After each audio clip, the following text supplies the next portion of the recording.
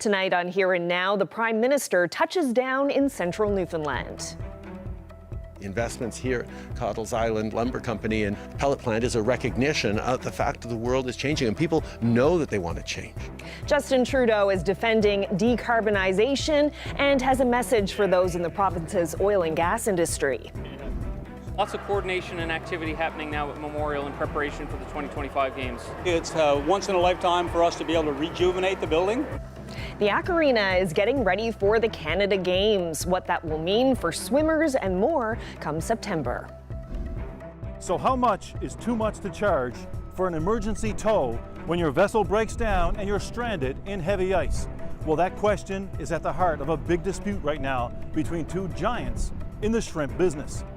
I'm Terry Roberts, and I'll bring you that tale of a tug of war coming up. This is CBC Here and Now.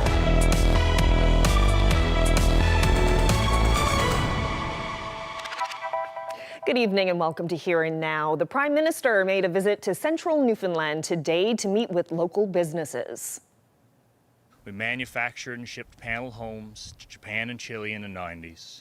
Created the first and only Indigenous-owned commercial wood pellet plant in our province. And we have grown employment opportunities in rural Newfoundland while other private enterprises have faltered. Well, Justin Trudeau visited Cottles Island Lumber Company in Summerford this afternoon before heading to Twillingate. It's an area currently represented by Conservative MP Clifford Small. Small has attacked the government for not supporting the oil and gas industry, and the Prime Minister was asked about that today. I was in Stephenville last year with the Chancellor of Germany, who is incredibly excited about Newfoundland know-how and ability to generate hydrogen from offshore wind. We've seen the Come By Chance biofuels refinery as it's moving forward. There are great jobs and great opportunities in a world that is changing. And we'll have more from the Prime Minister's visit to Central a little later on Here and Now. In other news, Equinor is reaffirming its commitment to developing the Bay du Nord project. Earlier this year, it said it was putting a pause on the deep water offshore development. It wants to find a way to reduce the capital costs. Well, this week, on a call with investors, the Norwegian company's chief financial officer said they still plan to move ahead with it. You know, we do think we can make it better by redesigning it and taking it out of a very heated market now and place it in a time where it will work better. I do believe it will happen. It is important for Newfoundland. It is important for Equinor.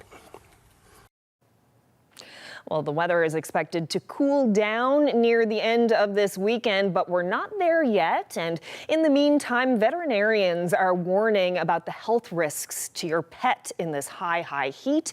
Here now's Arlette Lazarenko has that story.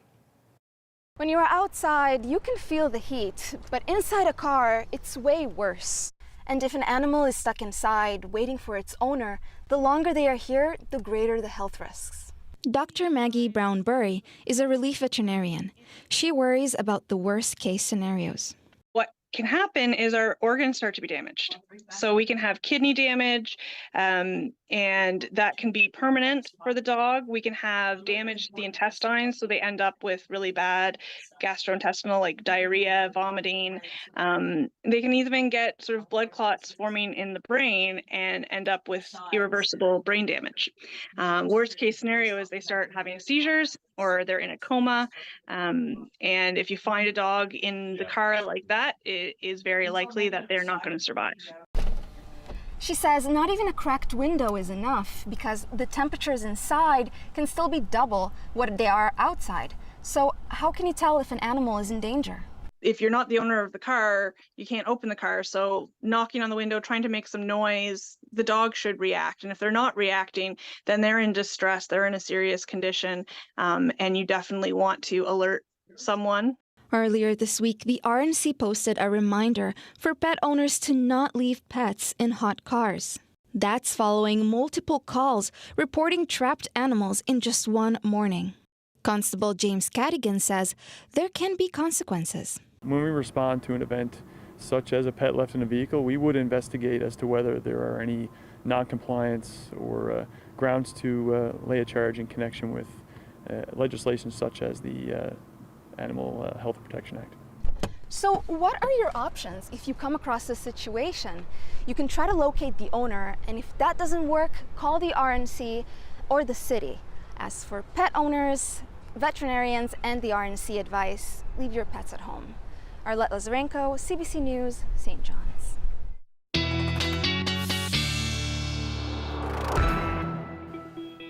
Well, definitely good advice there as far as the heat is concerned. We do have a couple more days of this warm weather, but certainly a change is on the way. But for now, we're talking about the risk of some thunderstorms. You can kind of see on the satellite here lots of cloud cover, and you can kind of see them exploding here. That means we've got some thunderstorms developing. So Environment Canada has issued a severe thunderstorm watch in place pretty much from Makkovik through to the Strait, including Happy Valley, Goose Bay as well. And we're seeing those continue to track further east. So when you do see those storms, you may see some heavy downpour, some gusty winds, and that will continue over the next couple of hours. Some rain and thunderstorms moving across the island as well. In fact, the Bonavista Peninsula saw about 27 millimeters of rainfall over a fairly short period of time. But those showers look to be pretty much over.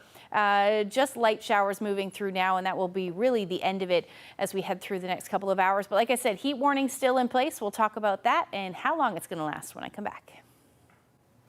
Thanks, Ashley.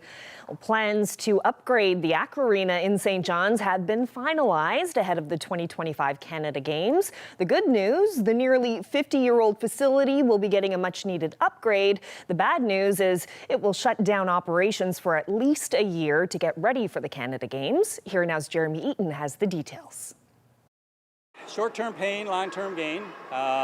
We actually never want to see this facility closed. On September 5th, the province's largest swimming pool, as well as everything else under the sloped roof of the Aquarena, will have to close. But it will be, at least a year to be able to get through there, with our goal to be able to get it open for the elite athletes to be able to train for Canada Games on the start, and then recreational users to be brought back after that point in time. That means no 50-meter swimming pool, no upstairs gym, even the Tim Hortons will get a timeout. All to make way for what the Canada Games crowd requires of host city facilities. We did extensively look at and try to see if we could sectionalize the building and close piece by piece. However, it probably would have extended the closure to be able to try to piecemeal it. So we felt that this was the best attack, the best way to make it happen as quickly as we could to get prepared for Canada Games. This space was built in the late 70s, the last time St. John's hosted these games. Some of the bigger things that you're going to see are new bulkheads, a new diving platform come in, a 3-meter diving platform that's required for Canada Games. All a major part of these upgrades are all to make us sufficient for Canada Games. This mezzanine will go to make space for bleachers. Rooms like this will be removed, as well as some other offices. The big blue slides will go dry in September, all to make space for athletes. But don't worry about the slides. They aren't done for good. The slides that are coming out, they will be removed from that end of the building. There will be a future slide put in. It will probably end up on the opposite end of the building. But once we get everything running and we get more operational with the changes that we have, we'll determine the best and ideal location to be able to put in a new slide. Some work isn't stuff the average Aquarena patron might see, but important improvements to keep the facility up and running. Once in a lifetime for us to be able to rejuvenate the building. The building is, like you said, 50 years old, 77 is when it opened. So many of the electrical, mechanical, all of those systems need to be upgraded. The work will be done by Bay Roberts Base Can-Am Platform and Construction Limited, a contract valued at just over $15 million. Much like when the facility first opened nearly 50 years ago, the hope is the building will remain a legacy project. This is a recreation facility. It's meant to be busy. It's meant to have kids here. It's meant to have people from all ages using the facility. So we really do not want to see it close. Unfortunately, it does have to close, and we have to get it up to speed so that it will be able to be used for people for many, many years to come.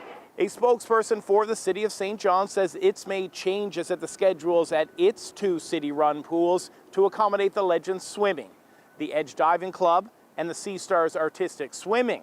But with this pool here behind me closing for about a year, that's going to put a lot of pressure on the remaining pools in Metro, leaving rec swimmers and people seeking swimming lessons looking for a new home.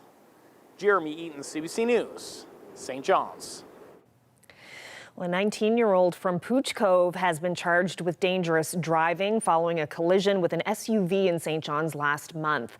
Police have determined the young man was driving 130 kilometers per hour on Torbay Road just seconds before the crash. It happened around 6:30 in the evening as an SUV was turning onto Torbay Road from Pine Line. Now, the young man who was driving a sedan collided with the other vehicle. Police say the driver of the SUV sustained serious injuries. The speed limit on Torbay Road is 50 kilometers per hour. Well, two power players in this province's fishing industry are having a tug of war over a towing bill. And we're not talking about a few $100s here. Now the matter is before the courts, with one vessel temporarily placed under arrest last week. Here Now's Terry Roberts reports. Here's the Newfoundland Lynx, dockside and under arrest last week in Harbour Grace. When she arrived in port on July 19th, sheriffs boarded the vessel, released the next day, but only after Ocean Choice paid a release fee of $320,000 to the federal court. This is a story about two shrimp giants, Ocean Choice International and Newfound Resources. At the center of it all, what else? Money. This is an invoice from Newfound to Ocean Choice, nearly $500,000. Plus HST. It's a bill for towing services. OCI needed help. Newfound Resources came to the rescue. According to court documents, the Lynx went dead in the water on January 30th while fishing for shrimp in ice-infested waters off the coast of Labrador. The Canadian Coast Guard was unable to respond. The closest vessel was the Newfoundland Victor, which catches shrimp for Newfound Resources. In a sworn affidavit to the court, Newfound CEO Mark Quinlan said he agreed to have the Victor tow the Lynx into Conception Bay, but at a price.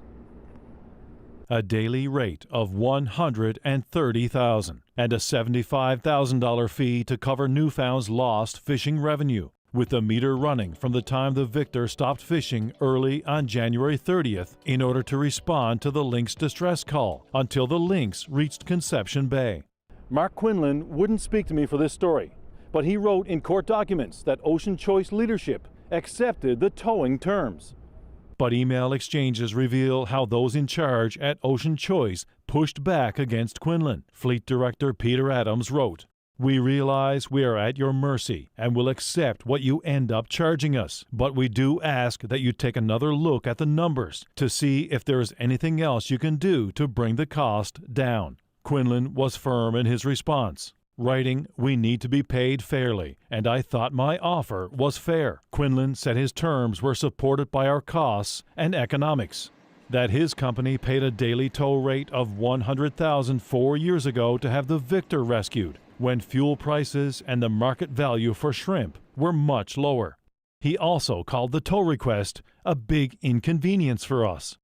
It took 4 days for the Victor to tow the Lynx into Conception Bay, releasing the Lynx from its tow line early morning on February 3rd. In what Newfound calls a goodwill gesture, it charged OCI for only 3 days of a 4-day job. Total bill, $467,700 plus HST. Mark Quinlan of Newfound Resources made repeated written and verbal requests for payment, but Ocean Choice refused to pay up. And on June 19th, Ocean Choice made a payment of $200,000 plus HST to Newfound, less than half of the invoice amount. With Ocean Choice refusing to make any more payments, Newfound took its case to the federal court, asserting what's called a maritime lien over the Lynx for the amount owing, nearly $270,000 plus HST. Mark Quinlan is not talking, but this man is. Martin Sullivan is accusing Newfound of trying to take advantage of the situation. We feel that they're taking advantage of our circumstance and trying to charge us, almost 3 times what it should be. And that's what we believe is unfair. Martin Sullivan says the Victor was nearly full of shrimp and was about to leave the fishing grounds anyway. He believes the Victor lost 1.6 days of fishing, not 4. We offered to pay him $100,000 a day. That would have been $160,000. After I had the discussion, I mean, they were looking for close to $500,000 or close to $300,000 a day, and we thought that was very excessive. Martin Sullivan says Ocean Choice is preparing for a legal battle. As for the obligation at sea for ships to come to one another's aid, Sullivan says this dispute won't change that. Terry Roberts, CBC News, St. John's. Well, West Coast residents are about to see a lot more action on their roads. Jigs and Wheels kicks off tomorrow in Corner Brook. The 2-week summer festival invites all-terrain lovers to hit the city streets. Here Now's Colleen Connors joins us live from downtown Corner Brook. So, Colleen, can you tell us more about this event? Yes, of course. So you're going to see a lot more of these dirt bikes. You're going to see ATVs and side-by-sides kind of all over the city in the next couple of weeks. Now, I'm just outside City Hall, where we have West Street and Park Street, and you can see ATVs and side-by-sides going up and down those streets and other main ones in the town all the time right now, because the city allows ATVs on certain roads in the summer and the fall. But during this Jigs and Wheels festival, they're going to be allowed on every street in the city. Now, it's all about tourism. It's all about boosting tourism, getting these riders to spend some time in Corner Brook, and of course, you know, spend some time here and connect with the trailway on either part of the city of Corner Brook. Now, the whole festival runs for 2 full weeks of events. It gets going tomorrow afternoon. And of course, it's all focused around these all-terrain vehicles, like the one next to me, of course, the dirt bikes. That's the start of it all. That's going on tomorrow at Marble Mountain. It's a Learn to Ride dirt bike event hosted by Jamie Buffett with the Motocross Twin Peaks. And, you know, he's really excited about this. He's got 50 children signed up to not just learn about protective gear and how to, you know, properly ride these dirt bikes and just to be safer on these dirt bikes. 50 kids signed up for that tomorrow at Marble. Here's what Jamie Buffett had to say about that event. I think for a dirt bike especially, there's a bit of fear sometimes on 2 wheels and tipping over and that sort of thing. So starting early when someone's, you know, a little less afraid of trying something new always goes a long way. And a lot of parents have reached out saying how great it is because their kid is interested in a dirt bike, but they don't know how to show them. So I think that's going to be a great opportunity. So you're going to see a lot more of these dirt bikes up at Marble tomorrow. There's going to be a group trail ride as part of this festival. And of course, there's going to be this group motorcycle ride into the sunset to Lark Harbor on August 2nd. There's going to be an antique car show just behind me on West Street on Sunday. So there's lots going on for this Jigs and Wheels festival. But I'm going to come back later on in the show, tell you a little bit more about it, and talk to one of the organizers. Live in Corner Brook tonight, I'm Colleen Connors for Here and Now. Well, taking a look at the weather over the next couple of hours, severe thunderstorm watch in place across Labrador. We'll tell you how long that's going to last and what to expect as we head towards the weekend coming up.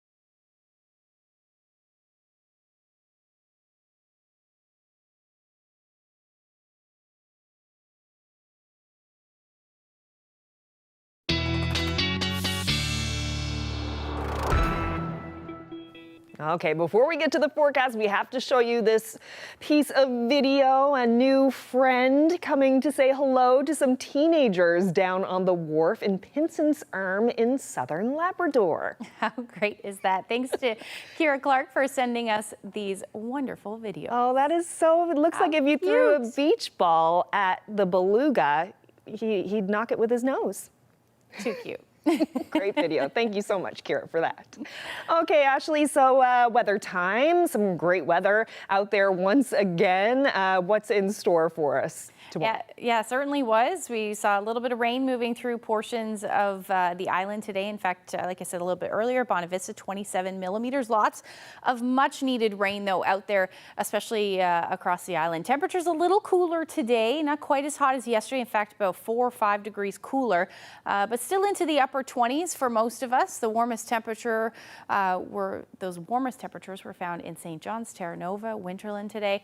Even Mary's Harbour cracked 27 degrees this afternoon. Same thing for St. Anthony and Twillingate. So lots of 27-degree temperatures out there. We're going to hang on to them for another day or so, and then temperatures will start to drop as we head towards the weekend. That heat warning has ended for the Northern Avalon, but still in place from the Bay of Exploits through to Clarenville. You will expect your temperatures to be sitting somewhere between 27, 29 degrees. Your humidex values a little lower than they have been, about 32. And your overnight lows aren't going to move much either, so still looking at them sitting around 18 or 19 degrees. Through the overnight tonight. Here's where we're sitting now. So temperatures have dropped a little bit into the low 20s pretty much across the board. Those humidex values, though, still feeling like 27, 28, 29, even feeling more like 30 in Deer Lake. So lots of humidity still in the air. Up across Labrador, cooler towards the west, but as you head towards the coast, especially the southeast coast, you are still seeing those humidex values. Now, as we head through the next couple of days, like I said, we are going to see a little bit of a change as far as that humidity is concerned. Get a little bit more comfortable, especially as we head towards the end of the weekend and into early next week. May feel a bit muggy out there, but nowhere near what we have been seeing. That's for eastern Newfoundland. Same thing for central and western Newfoundland as we head into the beginning of next week. Certainly more comfortable temperatures. Maybe you can open up your windows and air things out from all of that heat that we have been seeing. Up across Labrador, though, still dealing with the severe thunderstorms watches, I should say. The potential is certainly there to see some of the heavier showers. Looks like it's moving towards the coast at the moment. But as we head through the next couple of hours, here's some of those showers just to give you an idea of what's happening. As we head through, say, 7 or 8 o'clock tonight, those showers and thunderstorms should start to move offshore. And just going to hang on to the chance of showers pretty much for northern areas of the Big Land. And then as far as the island is concerned, those showers that are working their way further east now should end by the time we get to midnight. Generally looking at cloudy skies tonight, maybe some fog patches along southern coast of the island.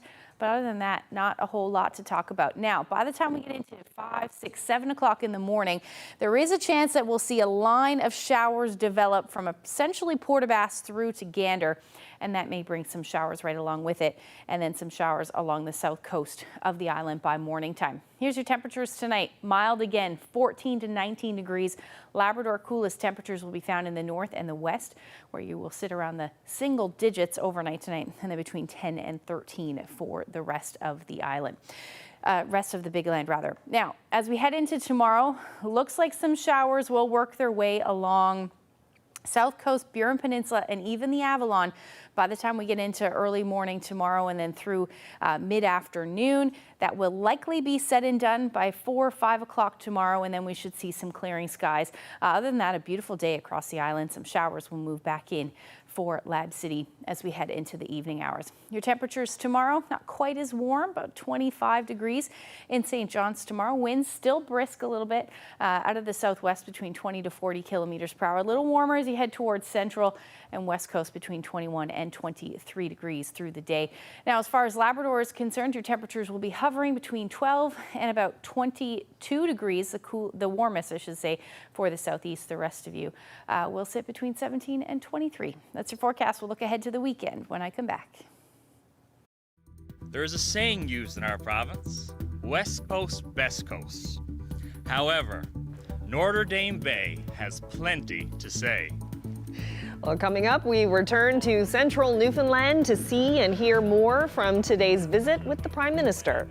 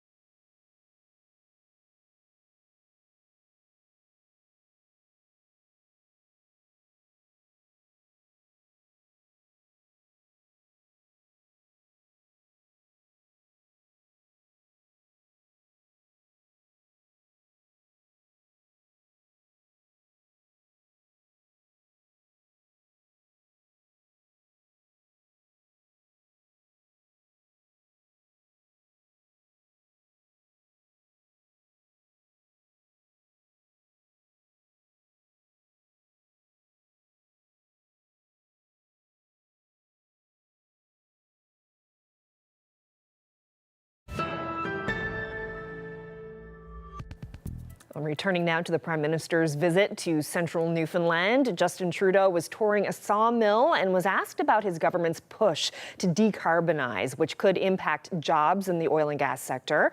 Here's what he told reporters when he was asked about concerns from workers in this province.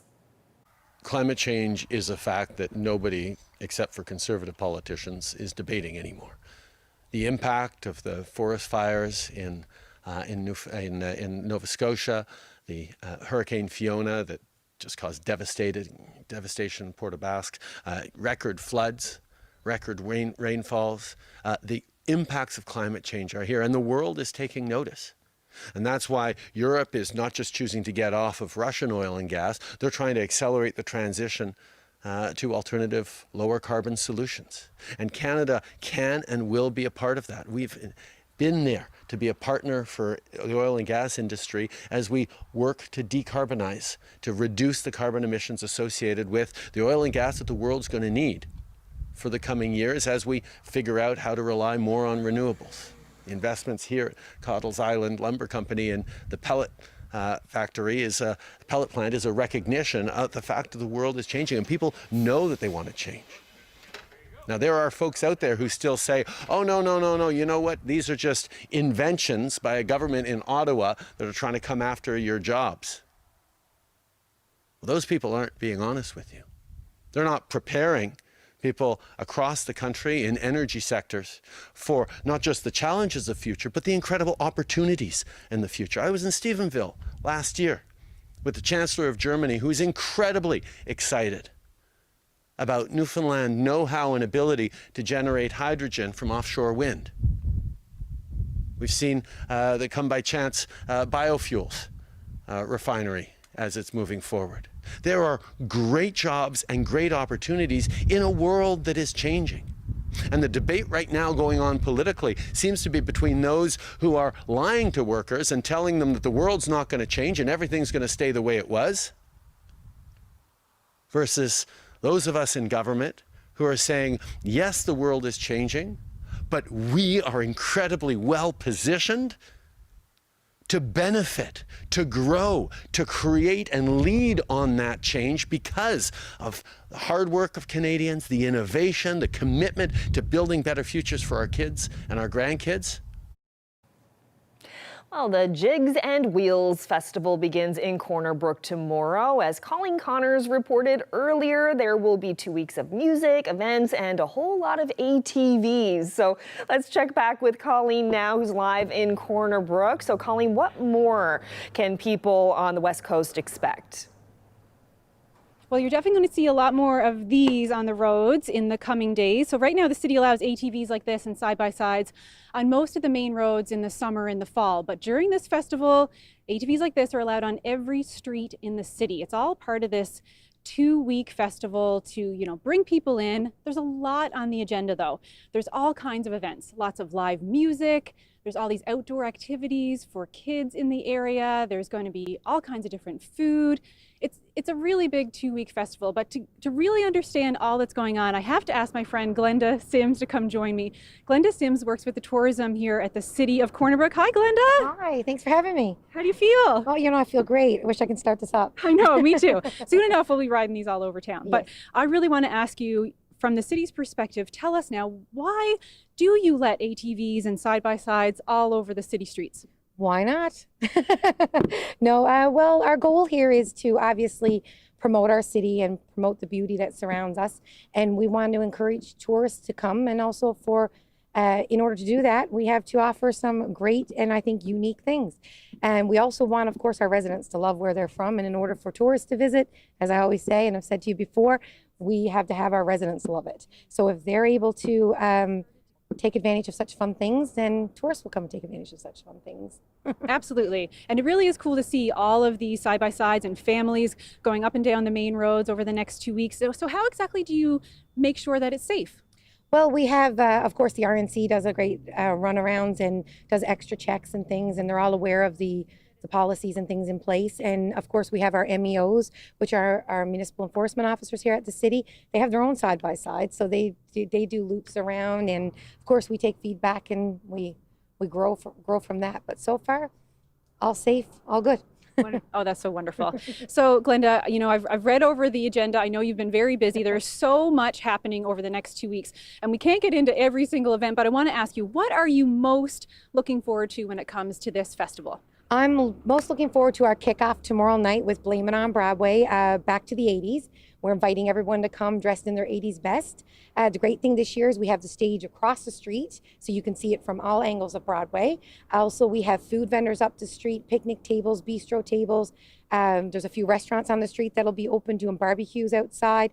And we also have some street dogs being brought up on the street. So, and the bars up there have portable bars down the street. So the lines won't be as long as I think people might have anticipate because of the number of bars involved. Okay, so the street is going to be a little bit closed off, of course, and people can kind of mingle and go around and exactly. Hang out on those picnic tables. Yeah, picnic tables, bistro tables, there'll be food, there'll be basically 6 bars, and yeah, just a lot of fun. The bands are, of course, great. They're all going to bring us some 80s vibes, so I really, really hope everyone comes dressed.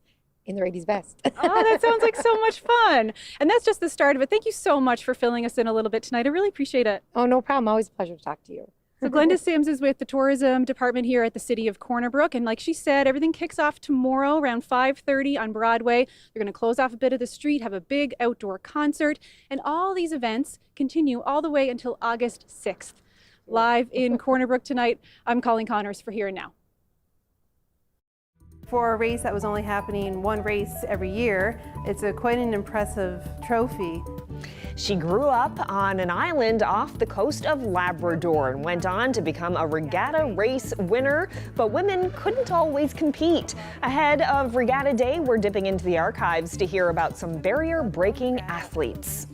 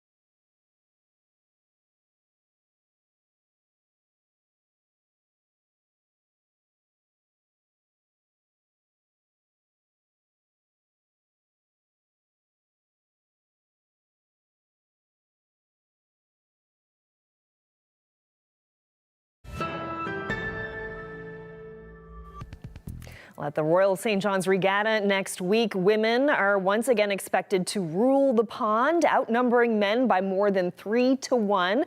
So it's hard to imagine that before 1949, women weren't allowed to row at all.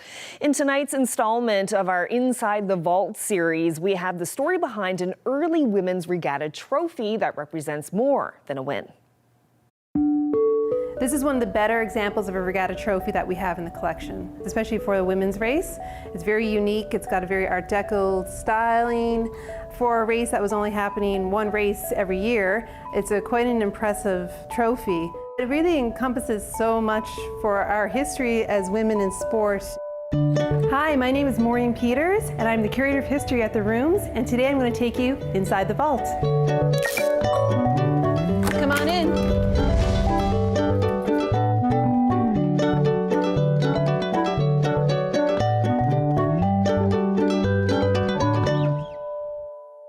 This is a trophy from an early regatta race that featured women. Women weren't allowed to row in regatta until 1949, and then they didn't have a championship until 1979. They only run one exhibition race a year during that time period of women's races. So on this trophy, we have inscribed on it the race, which is the 1955 Ladies Service Race in St. John's, Newfoundland, awarded to Mildred Turnbull. Mildred was from Labrador, from Frenchman's Island, and her family were a migratory fishing family. And eventually her entire family moved to St. John's. So Mildred and her sister are both on the Fort Petrel women's rowing team.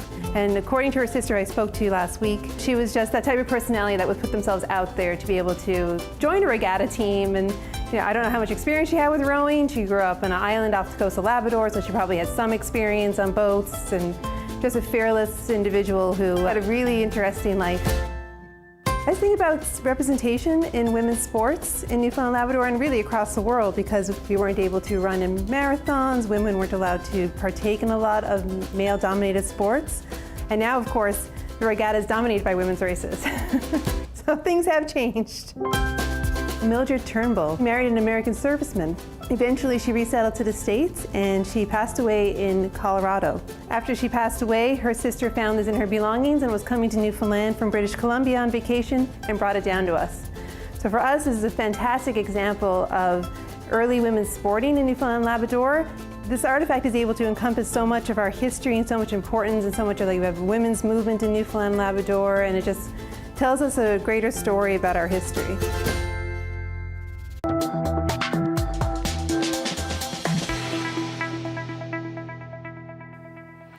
A theatrical mainstay in this province is celebrating a milestone this year. It's the 30th anniversary of the Trinity pageant.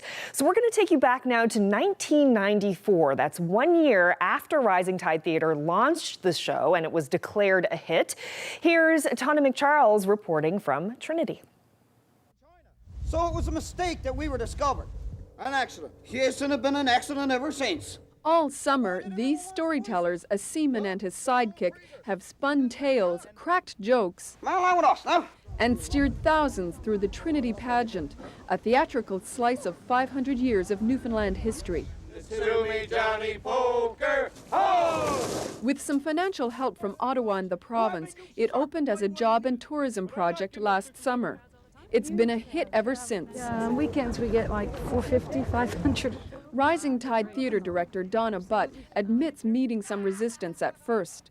Tourism, many felt, would never replace the fishery. I agree with them. This coast is absolutely devastated. It's an absolute outrage, and they should be terribly angry. But if we are going to do something that is related to tourism, at least let it be something of them, about them, and by them. And that's what has made this work. The pageant has become something people all around Trinity are very proud of. 28 acting and production jobs have been created. Evening plays keep visitors overnight, and Trinity's been transformed. Restaurants, gift shops, bed and breakfasts have opened. On pageant nights, rooms are scarce. It was over 400 people. That you turned away? That I turned away, yes. We have employed 13 people. That would not have been possible. Those people would not be employed if it weren't for the pageant.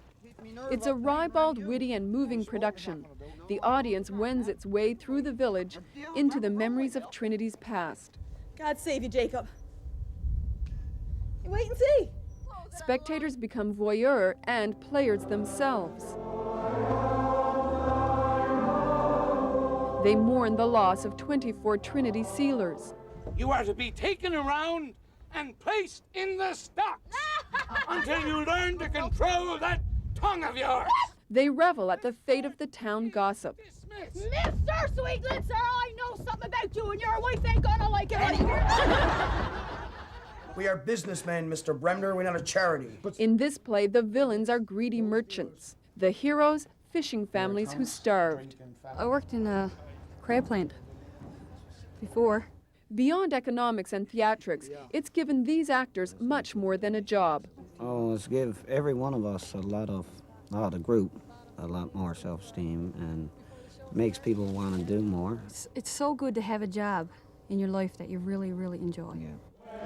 Donna Butt wanted this project to have a lasting impact, and chances are good it will.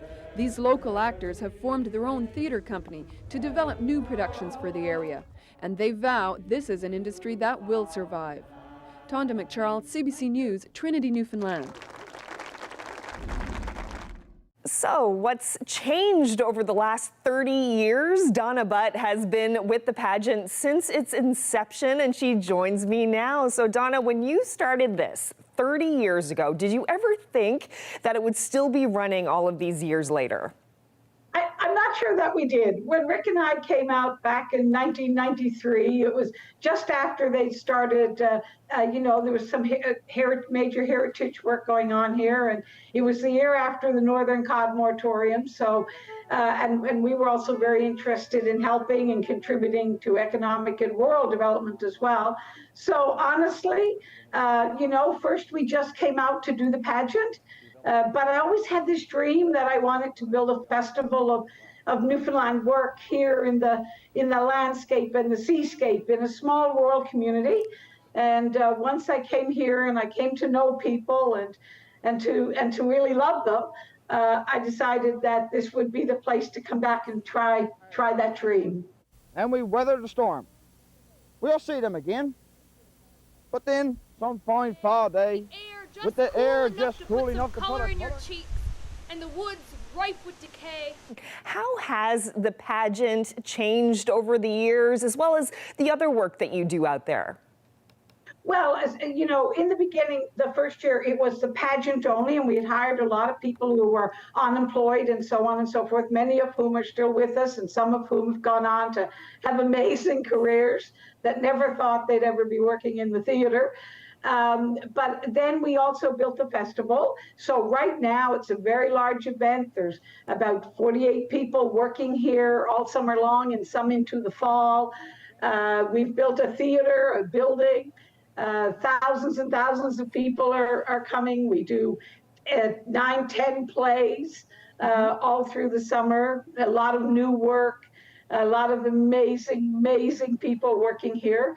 And I hope that we've made a really major contribution to the history and the culture and the preservation of that, but also to the community and our region. You know, there's always been an economic component to what we do. We hope significant economic impact, and I'm involved in many regional organizations. It's all a part of I think the passion and the magic. It takes teams of people to make something like this happen, and to have it endure and survive. And it isn't getting any easier, you know. There's a lot of demands, costs are increasing, there's lots of other things happening. I mean, we were one of the early pioneers of this kind of concept. But we're proud that we were that, and nothing to me, you know, this is my life's work, so nothing to me could be more joyful, really, than all the times we've had and all the people who've come here and appreciated it, and all the amazing people that I've had the honor and joy to work with. Except for the blessing and joy of my family, there is nothing else that measures up to it. It's meant the world to me, and I hope we've planted some seeds and meant something to other people. Well, Donna Butt, I always appreciate your energy and enthusiasm. Congratulations on this milestone. Thank you.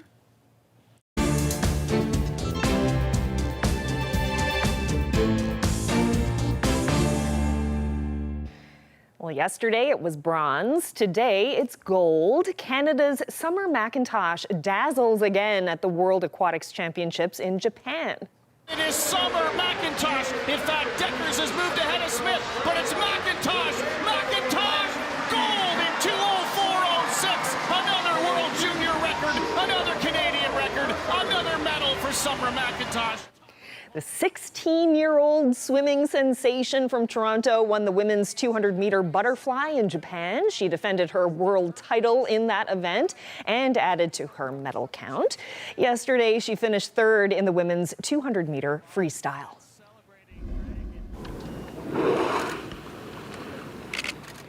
Whale lovers and researchers are teaming up to build a database of humpbacks in Brazil. The project started in 2015 in response to a shortage of scientific data on the species. It all becomes part of the global Happy Whale Archive. Whales found in Brazil have been tracked as far away as Australia.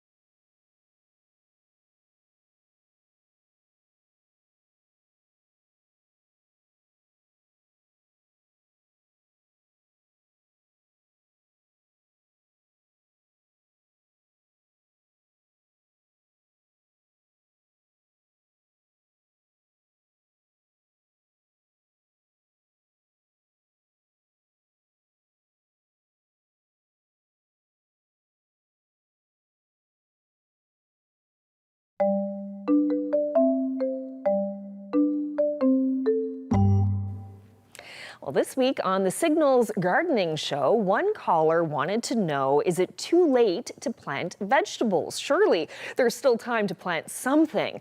Here's what the expert had to say. Lettuce, it will grow just about, lettuce, greens of any sort that are easy to germinate now. Later, when we get into September, you can do a fall crop of spinach.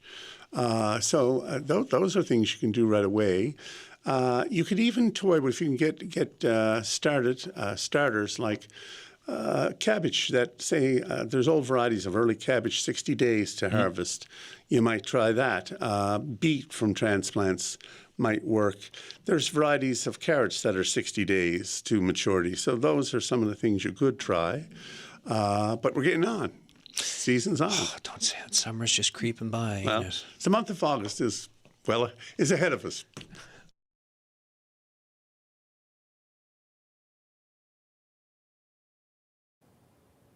That's right. The month of August is ahead of us, I should say.